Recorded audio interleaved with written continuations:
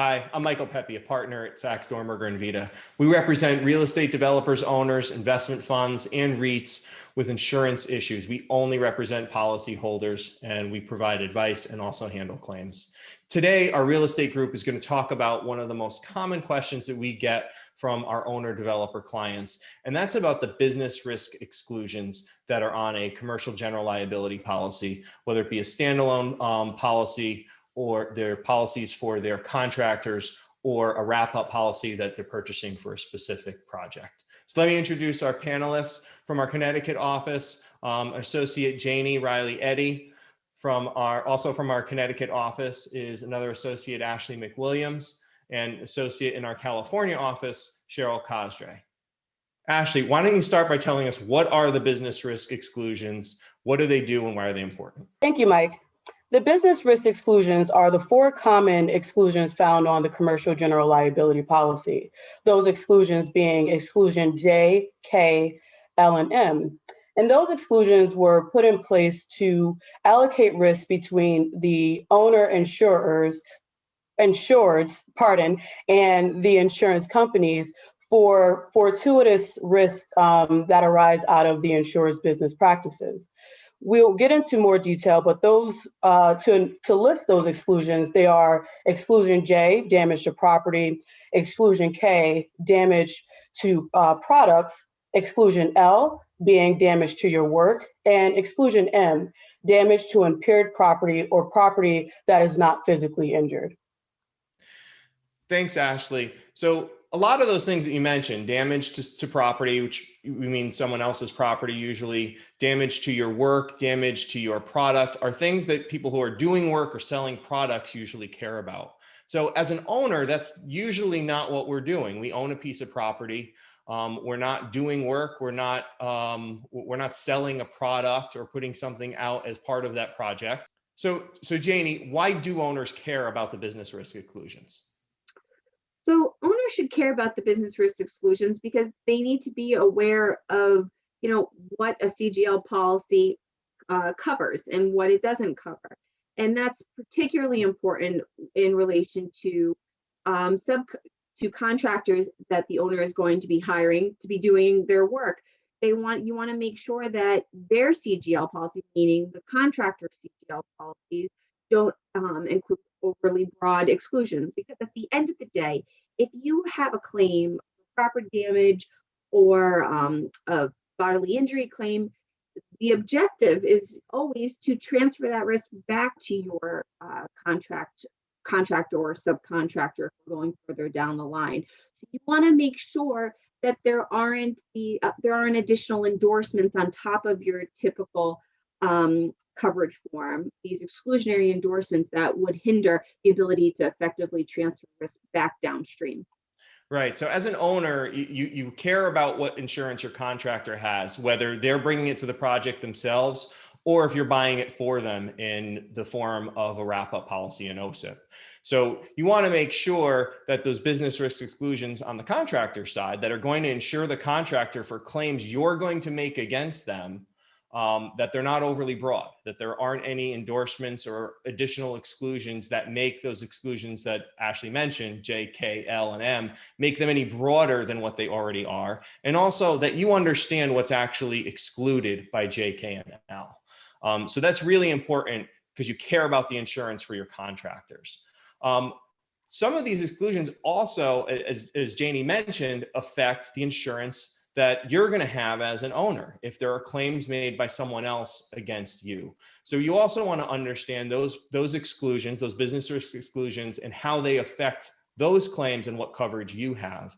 So Cheryl, what are the specific exclusions that really are tailored not to the owner's claims against the contractor, but for claims that someone can make against the owner? What are the ones that the owner should be really scrutinizing for themselves?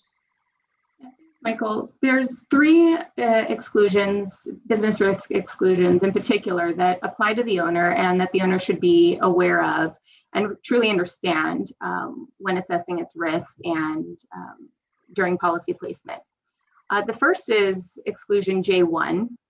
J1 is fairly straightforward. It excludes coverage for property damage to property you own, rent, or occupy. So the effect is eliminating claims or coverage for damage to one's own property. And the goal is to really prevent the conversion of a CGL policy, a policy that's intended to cover third-party liability. We want to prevent converting that into a first-party property policy, right? The CGL policy is intended to cover third-party risk, not risk to your own property or damage to your own property. And from the owner's perspective, this exclusion makes sense. It may not seem problematic, but consider this example. Usually there's no claim brought against the owner by a third party for damage to the owner's own building or the owner's own property. However, when we're considering the owner of an apartment complex, you may face claims from a tenant, for example, for damage to walls or ceilings as a result of a leaky window or some sort of water intrusion. The tenant may sue the landlord, may sue the owner to repair the damage to the walls and the ceilings. Under those circumstances, the walls and ceilings are still owned by the insured. They're the owner's property. And so exclusion J1 would preclude coverage for this type of claim. So it's important to keep in mind for owners of apartment complexes. So Cheryl, J1, I can see how that can be important, how that might come into play. What are some of the other exclusions that an owner cares about? The owner should also be mindful of J2 and J4. Okay. Ashley, can you tell us what J2 excludes? Because that's one we don't hear about too often. Certainly, yeah. This exclusion, J2, is certainly less discussed. But what J2 essentially does is it excludes property damage to premises you sell, give away, or abandon if the property damage arises out of any part of the premises. Sometimes this exclusion is known as the alienated property exclusion, and what it essentially does is it precludes coverage for known defects when the owner sells. So if the owner sells the property and there was some damage to the property, we can give by way of an example, perhaps a leaky roof because of a defect or a windowsill or something like that, that then in turn causes damage to the new owner or the subsequent owner's property. If at the time the owner knew of that defect and didn't correct it, this exclusion is going to step in and preclude coverage for that damage to the subsequent owner. So how can that become a problem for owners who are in the real estate development business? They're buying and selling properties all the time. How does that affect them, and how should they be thinking about this? This exclusion can affect real estate owners and developers who are constantly transferring properties. Perhaps they had a property that was developed, but the property didn't sell rapidly, so they rented it to someone else, they occupied it for some reason, and there was a defect with the property, and then when they sold it, it wasn't corrected. Now, this exclusion does have an exception to it that owners should be mindful of, and is actually quite favorable for those owners and developers who are constantly selling these properties, but they never occupy the property or rented it or or held the property out for rent, in those instances, there's an exception that would then still allow coverage for a defect to the property that affects the subsequent owner. Right. So the problem doesn't come in if you buy a property and you develop it, and then when it's complete, you sell it. What the issue here is when if you're buying a property or you own a property and you have your construction project, you build it, and then you operate it for a certain amount of time.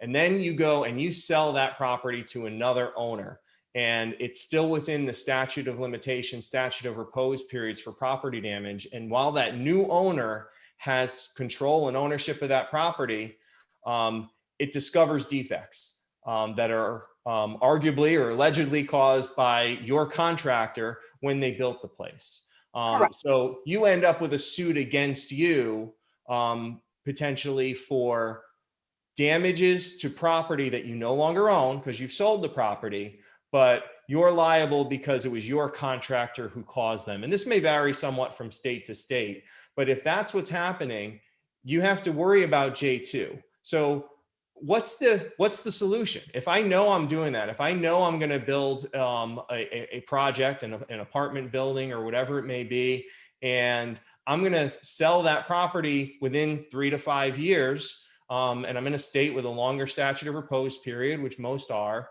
I know that going in. So what should I do? So, Mike, what it's going to come down to, just like any other policy or with any other exclusions, the owner and the insured in this instance is going to want to negotiate with the carrier, perhaps to remove these exclusions or find workarounds for this exclusion. But again, every policy is different, and depending on the owner's business size, they may or may not have leverage to negotiate the removal of such exclusion. Right. Modifications and removal aren't always possible in every market and for every insured. But if you know you're going into a project that you're going to sell, you should be concerned about J2. At the very least, you should understand your exposure if you do sell that property and a defect is found later. And if possible, you should talk to your agent or your broker about how to get J2 removed if it's possible to get J2 removed. So moving on, that was J2. The other one that we talked about for owners, Cheryl, you mentioned J4. So can you explain a little more about what J4 excludes and why owners care about it and what some of the potential solutions around it are? Exclusion J4 is interesting because it's not necessarily about ownership on its face. The language excludes coverage for property damage in the care, custody, or control of the insured. So to unpack that a little bit, there's two elements, right? There's personal property and there's care, custody, and control.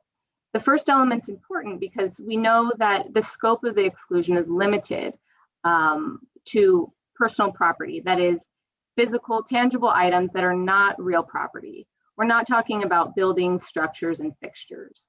The problem arises, however, when manuscript forms or excess policies that purport to follow form to a standard CGL policy modify the language of J4 to expand or to broaden its scope. What we've seen lately is, particularly on excess layers, we'll have a perfectly fine and acceptable standard form ISO CGL form for the primary layer, and the excess policy will add in language that looks on its face like J4, but the slight change that it makes is rather than excluding coverage for personal property in the care, custody, and control, it excludes coverage for just property. This is important because remember, personal property doesn't encompass real property, damage to buildings and structures. But when you take out that word personal and apply the exclusion broadly to just property, now the owner should be concerned that when a claim arises dealing with its real estate, with its real property and structures, that J4 may now apply at excess layers that should otherwise follow form to the same exact terms and provisions of the primary policy, but have been modified to lessen the scope of coverage. That's right, Cheryl. And that's a problem both for an owner and for a claim against a contractor. You would expect that if you're the one exercising some control, that's a business risk and that might be excluded, and that's part of the standard form. But if I have a claim against my contractor that involves damage to my property, to the project, to my completed project, I wouldn't want to risk a court interpreting that broader version of J4 that we're seeing on some of these excess policies as excluding any damage to the project at all, because all of the project was within the care, custody, of control of the contractor when they were doing the work. We haven't seen case law that actually interprets it that way, but it's one of those things where you see the language and the language is different from the language that's in the standard form. So they must mean something different. So it's something that we've been tracking, we've been being very careful about, and owners should be careful of that as well when they're reviewing their policies, both for themselves and for their contractors that are going to be insured. So we talked about J1, J2, J4, these exclusions that affect claims against the owners. And going back to what Janie said earlier, we also care about the claims that we're going to make against our contractors as owners and the coverage that they have. And J4, as we said, applies to both. But Janie, why don't you give us an overview of sort of those typical contractor business risk exclusions and how they're interpreted, J5, J6, K, and L? Absolutely, Mike. So the first place to start when, as an owner, what you're concerned about with your contractor's insurance is big ones are J5 and J6. These are usually looked at in tandem and are typically referred to as faulty workmanship exclusions. So the J5 and J6 on your CGL policy are going to exclude, are not going to provide coverage in the context where your contractor makes a mistake.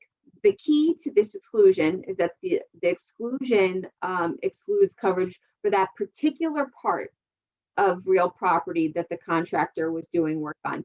Now, we could have a whole other roundtable on how different courts interpret that particular part.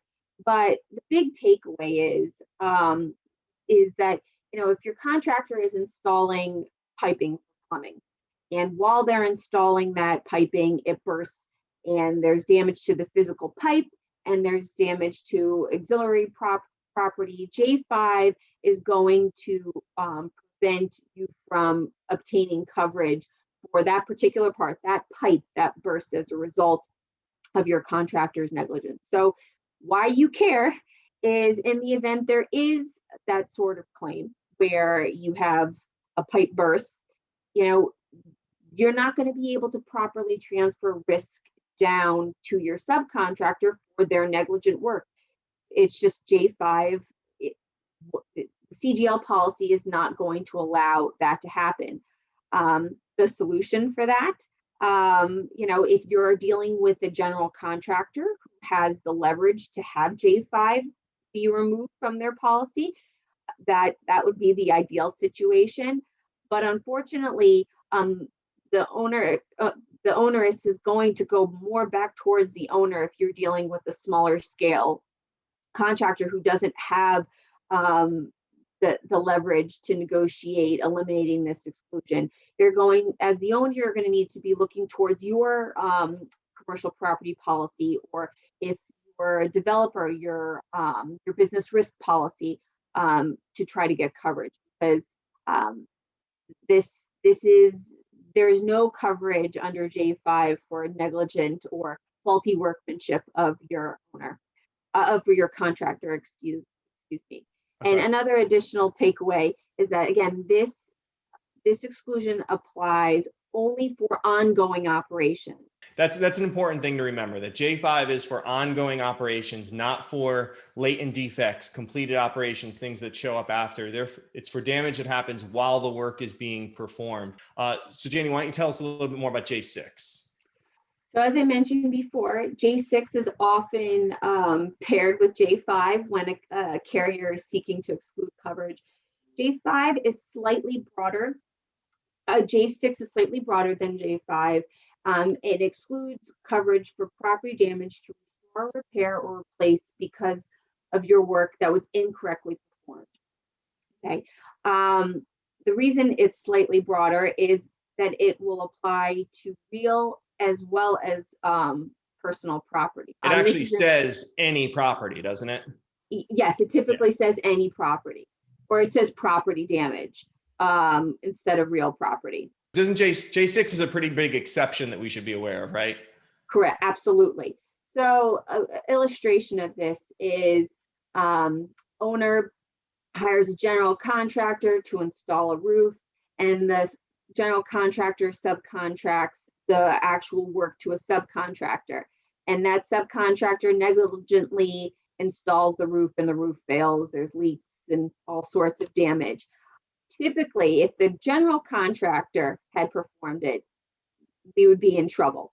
But with the exception to the J6 exclusion, coverage is brought back under the CGL policy because the work was performed by a subcontractor. So that's really in keeping with the line of these as business risks, right? If there's a claim against the general contractor, it's not his business risk that his sub negligently caused damage to the property. So the claim against the general contractor would be covered because it falls within that exception to the exclusion. But if the contractor self-performed the work, then that's not accepted from the exclusion. So there is no coverage for the general contractor self-performed work, or if you have a claim against the subcontractor for the work that they actually performed.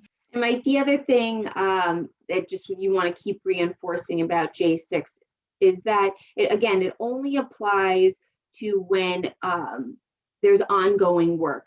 Once the property is put to its intended use or the project is completed, your carrier can't hang their hat on J6 anymore. So again, as you mentioned, a latent defect that's discovered later, once the project is put to its intended use, J6 doesn't apply anymore. So Janie, why don't you tell us briefly about exclusions K and exclusion L? Okay. So exclusion K is damage to your product. This operates to exclude claims that arise out of property damage to your product, arising out of or in part of it. This is a limitation of liability coverage that is directly tied to the quality of the insured's product. Right. So exclusion K, it's essentially a product liability exclusion. So for those entities who are selling products, you want them to have product liability insurance. But where you can get into issues is when you have a contractor who is either doing offsite construction of something like a exterior panel system or another type of some of your electrical systems. Could that be considered a product? You could get into some issues there, but it's something to be aware of, that typically a general liability policy does not cover product liability. It covers damage to other property. So finally, why don't you tell us about your work exclusion and how that differs from J5 and J6? All right, so exclusion L, damage to your work, excludes property damage to your work arising out of or in part of it and included in the product completed operations hazard. All right, so basically what this exclusion does is it as opposed to J5 or J6, it excludes faulty workmanship or negligence that arises after the project has been completed. Right. So J5 and J6 are only dealing with during the course of construction. Exclusion L, which is the damage to your work, is only dealing with post-completion claims, latent defect claims, the things that happen afterwards. So you have a completed project, you find out 2 years later that the roof leaked, which caused damage to the studs, which caused the concrete to crack or something. You have damage happening after construction is completed. That's when you're talking about exclusion L. That's when that comes into play. So how limited is it? Does it exclude all claims that are post-construction? No. So the one very important exception to this exclusion is that it's not going to exclude faulty workmanship from subcontractors. So like J6, there is an exception for subcontracted work, which is a key function of this exclusion. All right. So Janie, Ashley, Cheryl, thank you for providing some insight here on these business risk exclusions. There's something that we deal with every day. Obviously, as you can tell, some of the analysis of the language in these exclusions can get pretty technical, and it can be helpful to have someone who's dealt with them before and understands the impact both for contractors that you hire and for you as an owner, developer, real estate investor, to understand what the policy covers, what it doesn't cover, and those ways where you might be able to improve that coverage before a loss happens. So if you have questions, if you'd like any more information about these exclusions or anything else about insurance related to real estate development and construction, feel free to contact us. If you go to our website, you can join our email list where we send out content daily. If you have an idea for a topic that you think we should discuss, or you'd like to hear more about, just let us know, and we'd be happy to do that and get back to you. Thanks for joining us again. Hope to hear from you soon.